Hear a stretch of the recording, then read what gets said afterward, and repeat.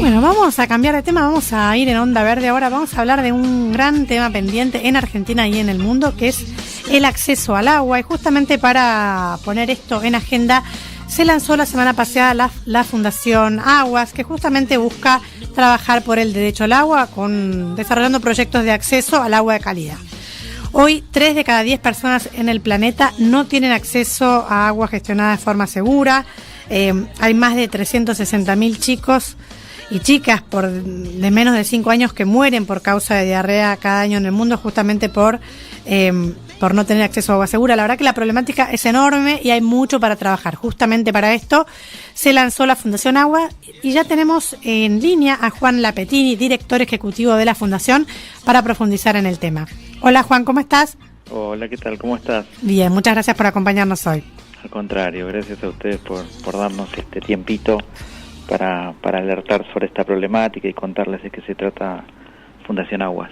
Contame un poco, digamos, cómo fue la génesis de la Fundación, qué es lo que ustedes venían viendo y cómo lograron darle forma.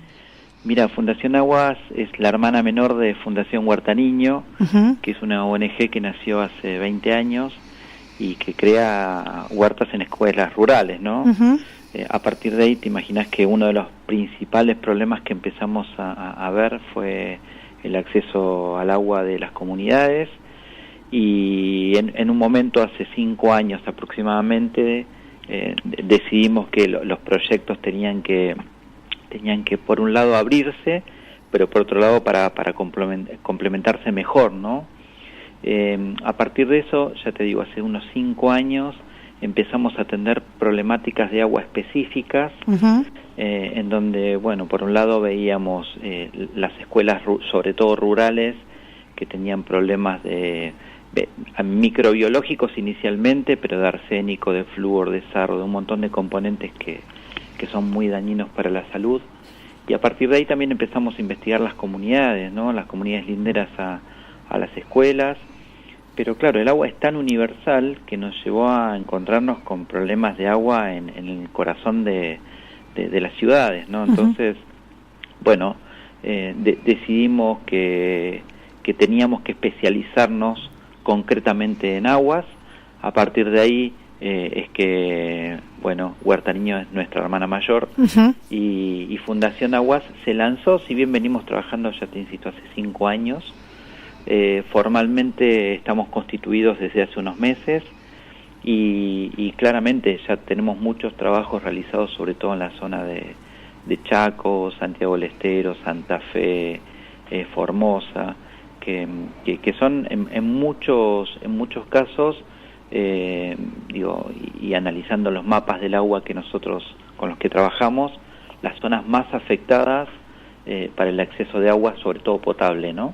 Eso te iba a decir, un poco cómo es la radiografía por el trabajo que vienen haciendo, más lo que ya planean a futuro. ¿Cuál sería un poco la radiografía de la problemática del agua en Argentina? ¿Cuáles son las zonas? ¿Cuáles son los problemas?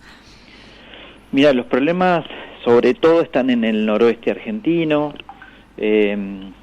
sobre todo porque como dice nuestro presidente Felipe Lobert, nosotros tenemos un legado de la cordillera que es el arsénico, por toda esa zona volcánica que nos atravesó, y claramente en un aspecto tenemos lo que, a ver, te lo voy a definir así: por un lado la contaminación hecha por el hombre, por el otro lado la contaminación natural, y por otro lado la desidia o las malas praxis.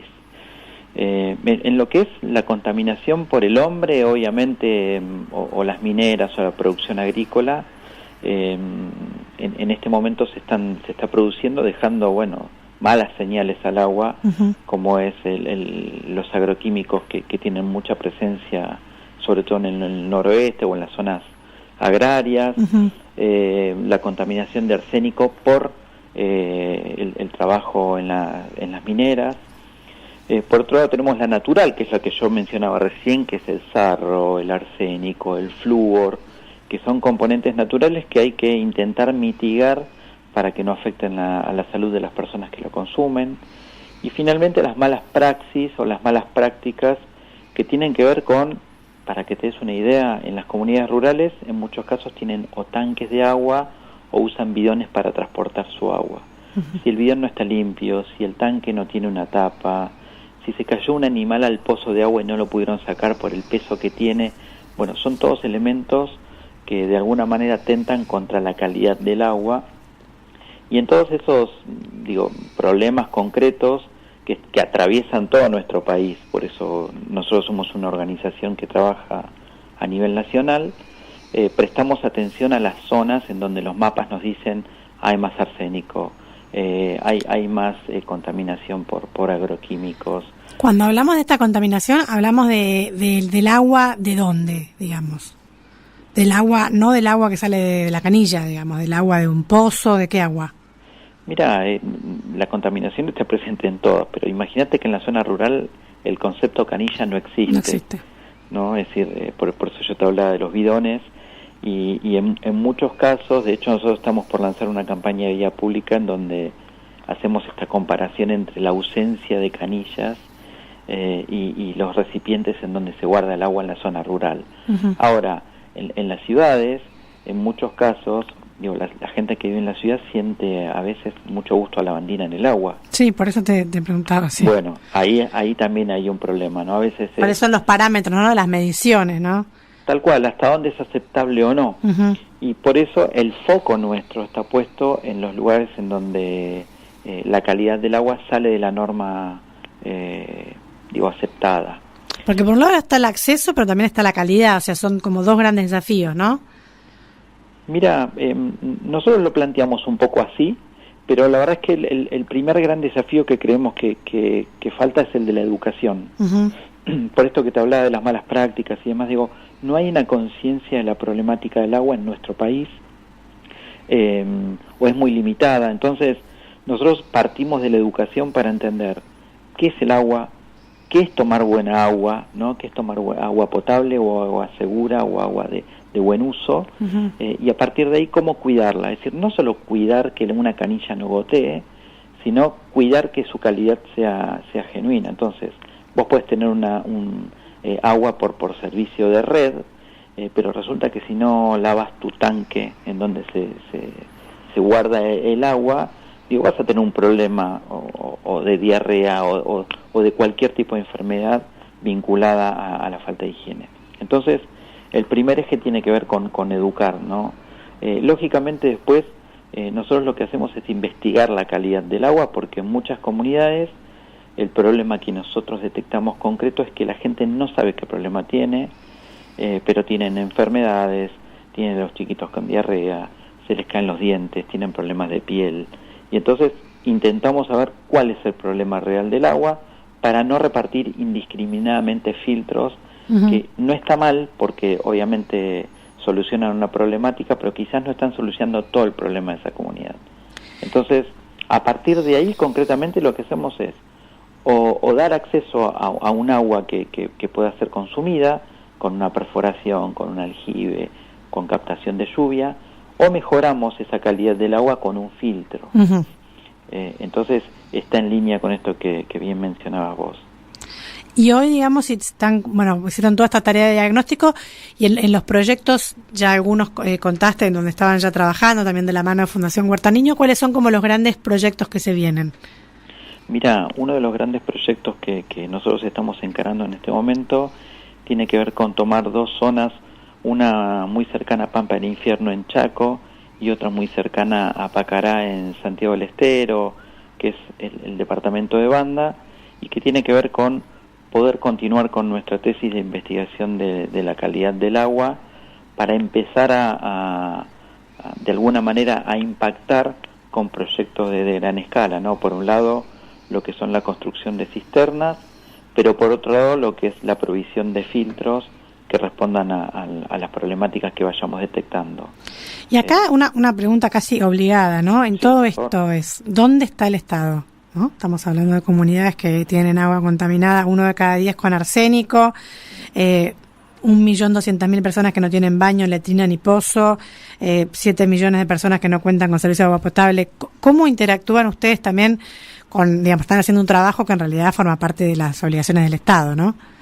Sí, mira, yo me subo a un concepto que está instalado hace poquitos años, que es que las ONGs también hacemos política pública, y en ese sentido nosotros buscamos complementarnos con el Estado. Sabemos que el Estado muchas veces no da abasto, y que obviamente las zonas rurales son las más olvidadas, porque es donde la cantidad de habitantes por metro cuadrado disminuye considerablemente. Entonces, muchas de las respuestas... No están puestos los esfuerzos ahí.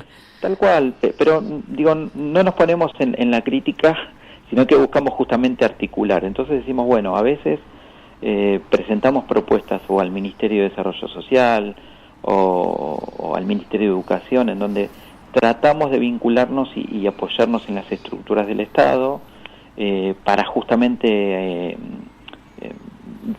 darle volumen a nuestro impacto, ¿no? Y al trabajo. No, obviamente que solos es más complicado, juntos se va más lejos, y la articulación está a la orden del día. Lo que pasa es que con algunos temas como tan, digamos, vinculados con la salud y casi de vida o muerte en algunos casos, uno no puede dejar de preguntarse cómo hay tanta gente olvidada. Es como difícil, más allá de que sabemos que hoy las ONG han tomado este rol y tienen mucho know-how que suma muchísimo, pero bueno, la verdad es que hay todavía tanto para hacer en estos temas. La pregunta está, y está muy bien hacérsela.